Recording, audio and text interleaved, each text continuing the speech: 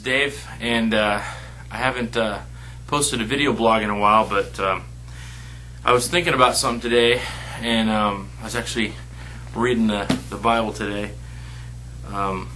and something kind of jumped out at me, and I've read it lots of times before, but it spoke to something that's been on my mind a little bit.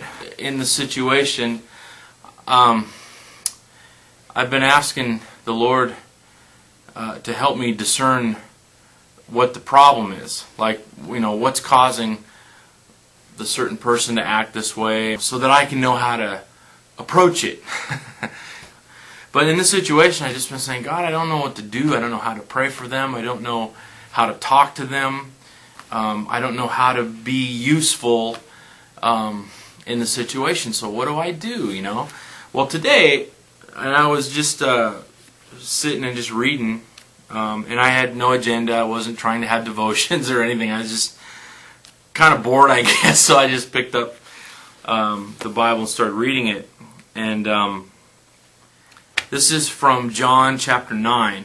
It says, walking down the street, Jesus saw a blind man from birth.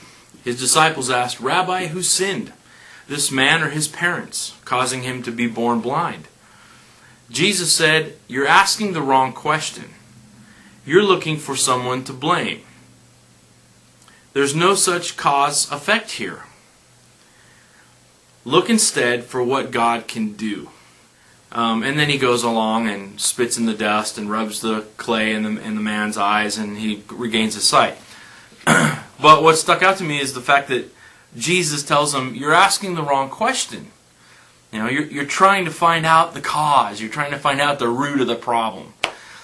And then Jesus says, look instead for what God can do.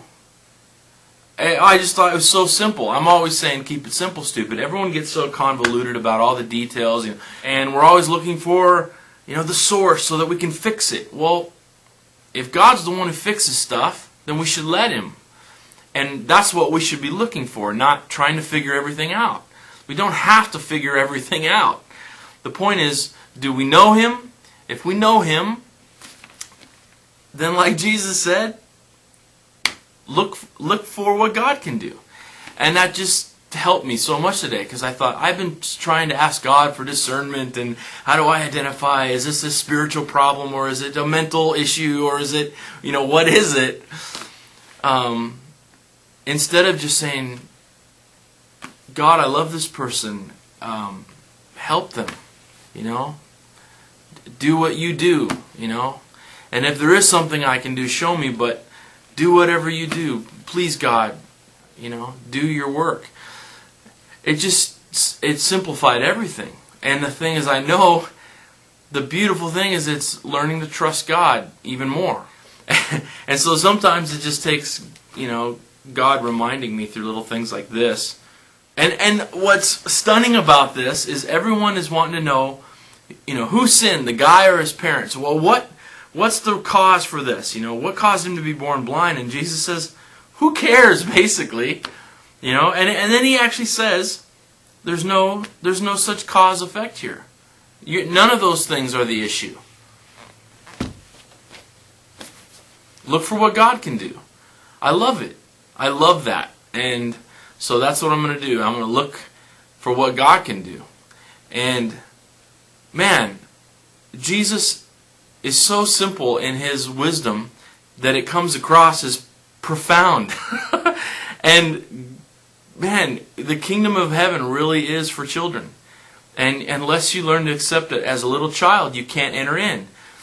You know, and I'm not anymore. I don't think that's so much a statement about, you know, unless you become as a little child, you're not getting into heaven. I don't read it that way anymore. Now I see that as, unless you accept things as a child does, get really basic, then you can't enter in. You can't join in with the good things that God has for us. You can't enter into it because you can't accept it. You're too busy trying to formalize and put everything in order and figure everything out. The child just says, okay. And that's what God wants, is us to come to Him as little children. And when He says, you know, put your hope in me, And then you just say, okay, Dad, I can do that. So basic. We don't have to find all the right formulas. We don't have to, quote the right scriptures in order and say prayers for a certain period of time every day and repeatedly so that maybe God, if we do everything in the right order, it'll impress God and He'll go, okay, I grant thee a healing. Give me a break. That's pure religion. That's a lie. That has nothing to do with relationship. God is very simple. Trust me. Trust me as Dad. Trust me like a little child.